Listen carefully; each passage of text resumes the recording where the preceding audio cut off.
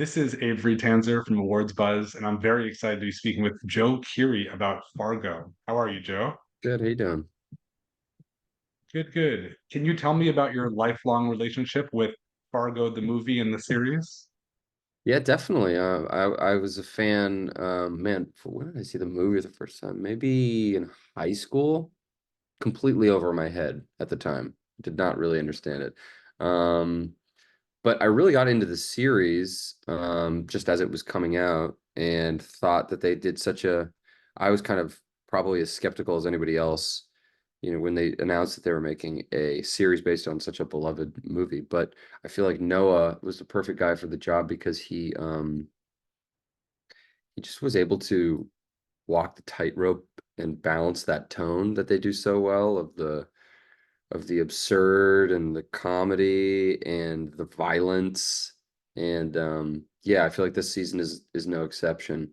Although it does kind of have like a Lynchian sort of absurdity this time, which I really enjoyed reading on the page, and it felt like all kind of a return sort of to like the earlier seasons, but definitely had its own twists. So uh yeah, always been a fan, and honestly, having worked on the show, I'm even more of a fan of uh, earlier seasons now. Just kind of like knowing what it takes to make a show like this, and yeah, hats off to Noah, man. I do think that season five is most like season one and also like the movie, and that's nice because the show is definitely weird, and it's nice to see it sort of come back to the same like brand of weird that I think we can all sort of recognize. Totally, I feel the same way. So, what was the experience of actually working on the show compared to your expectations? Oh, I mean, I lived in Calgary for 6 months, and Gator had to be a little bit more built, so I was working out all the time and had a nice little routine. But it was very simple. I mean, I was just basically didn't have too much of a social life. I was hanging out with me and John. Sometimes would go to hockey games. We would get dinner. Sometimes as a cast, I'd hang out with Sam Spruill a fair amount. Me and David Rizal would climb a lot. But it was simple and just kind of like focusing on the work, and obviously understood that it was a really cool opportunity and just wanted to, make everybody at FX and make Noah and Rachel, the casting director, just they took a chance on me. I think this is not necessarily jumping off the page reading like, oh, you should hire Joe for that job. So the fact that Noah, you know, did see me in this was yeah, like a real honor, and it was just cool to be able to work with such high caliber artists across the board, because this show has obviously the cast, but just behind the camera, everyone is really cool and has a real quite the background. So I was really just kind of like happy to be there. Well, I do want to come back to John and Sam, but I want to start first. Gator is not a particularly appealing character, like as a person. Do you Yeah. find him to be redeeming in some way? Well, you can't. I mean, yeah, I agree with you. I got jumping. When you get an audition, you'll get like a little log line. This was like, 4 sentence thing, a blurb about the character. And reading it, you're not like, ooh, this guy sounds really nice. But yeah, I mean, it's like you can't think of anybody. I do believe that everybody has like a little bit of good in them, or at least the potential to be good. So I think that complexity is really the best part about the character, is that he is sort of this um, product of his unfortunate upbringing and his environment.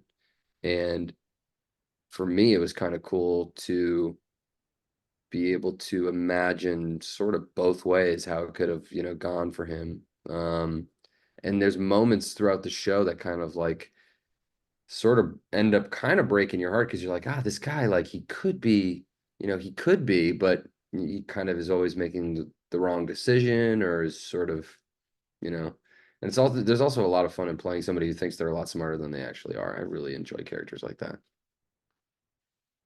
What was it like sharing scenes with John Hamm, who also plays a, I would say, even much less redeeming character? Yeah, he's great. And he, he has worked on so many things and spent so much time working on Mad Men. What I really loved is like watching him. He doesn't have a lot of like stress, which I think is so important. There's so much of the job is being relaxed, really. And being able to watch someone like that and, handle the things he had to do, it was really fun for me to just, it's kind of like an education, really. You're just watching somebody who's like a real true professional at this job work. And so you can't help but kind of be, yeah, inspired too. And it makes you want to elevate your game too. So yeah, it was great. And on top of that, he's just like a really great guy who's, you know, he's looked out for me. So thank you, John. And I would say that towards the end of the season, what Sam Sproul does is mainly just terrorizes your character. What kind of relationship do you have with a person like that, and how do you turn that into something that's very compelling and frightening on screen? I'd say the relationship between the two of us, I think we have some really fun chemistry. I love Sam. Sam is an amazing actor, and when he's in munch mode, I don't necessarily want to, get in his face because he takes it very seriously.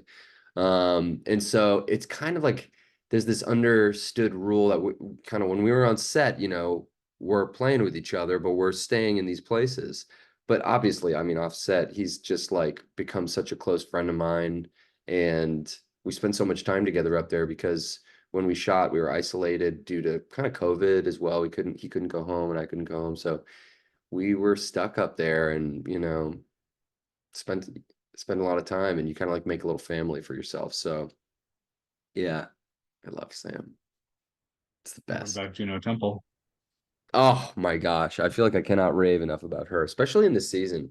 She is the anchor of the show and like a real chameleon and just brings a great depth to the center of this show.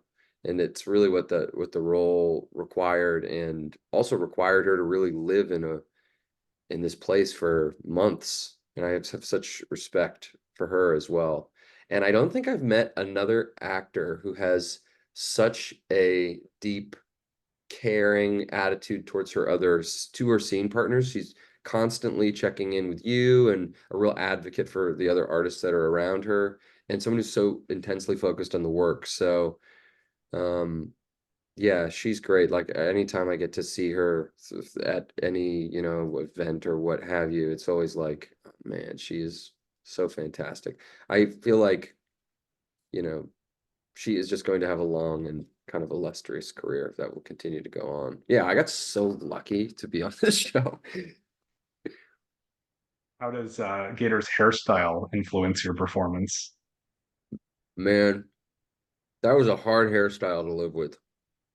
That was pretty brutal because it was all slicked back, but not much you could do with that really off camera. But yeah, the physical side of it also ended up being something I really ended up enjoying. And yeah, the kind of shaving the lines was something we kind of like me and Noah kind of got together and the vape of it all and the gear and the whole shell that this dude has kind of like created for himself in this facade. I really that was something that really helped me and I think is it's nice to have with characters like a really quick thing that the audience can kind of recognize and be like, I kind of get this guy right away. I kind of like get it. Like the glasses behind the ear. That's like, okay, yep, I know that guy. And so that helps also me as a performer. Um, just little things that help you sort of feel more like it. How does it feel to play the character for a finite, like one season, as opposed to, for instance, on another very popular show where you know you'll be coming back for a while? There's a learning curve to it because I feel like as the show went on, I got more and more kind of aware of its finiteness and realized like, oh, okay, like I kind of as the scenes wore on, I wanted to take sort of like bigger and bigger swings in a way. And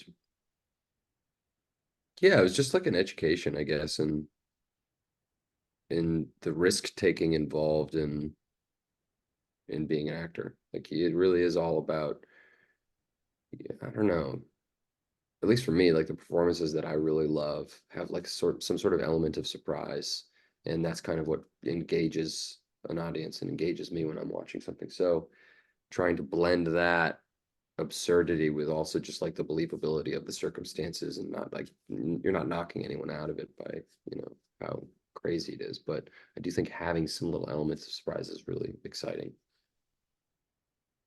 I know that Stranger Things has a very, very strong and pronounced fan base. Have you found the same thing for the Fargo devotees? Yeah, I mean, I think like the Fargo fans are like Fargo fans. They're like diehard Fargo fans. And to be honest with you, I kind of include myself in that category because I was a huge fan of the show. So, but yeah. Although I'm not like we're not all hanging out all the time, but that's I guess kind of what I've noticed. Yeah.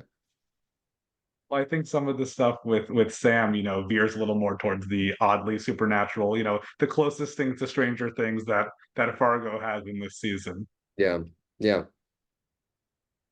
So do you think that you have people who will follow you from Fargo back to, the end of Stranger Things and not really know exactly what they're in for, or they should be aware by this point of just these two separate phenomenons? Good question. I don't know. I'm sure there's got to be some sort of crossover. Well, yeah. They'll yeah, there's probably, I'm sure. Well, I don't want to ask anything that would get you in trouble, but with that other show, with Stranger Things ending, how are you feeling just about this, big piece of your career?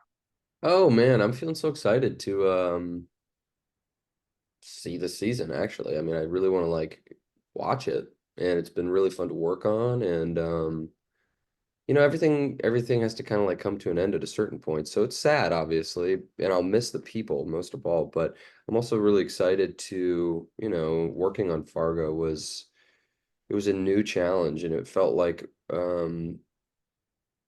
really nice to introduce that like sense of freshness, and establishing a new character was really exciting, and it made me yeah, I'm itching for more of that. So, I'll always love Stranger Things, and I'll always love the character that I got to play. Um, but it'll be fun to, have some new adventures, and um, yeah, yeah. Luckily, the show always exists, so, it's always there. You have a sense of what those next adventures might be?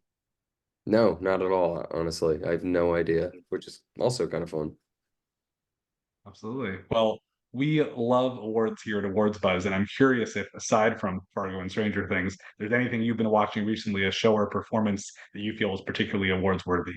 Hmm, that's a great question. I'm pretty, to be honest with you, out of touch with things that are on TV right now, actually. I've been kind of, I guess what's like the most recent thing that I've watched?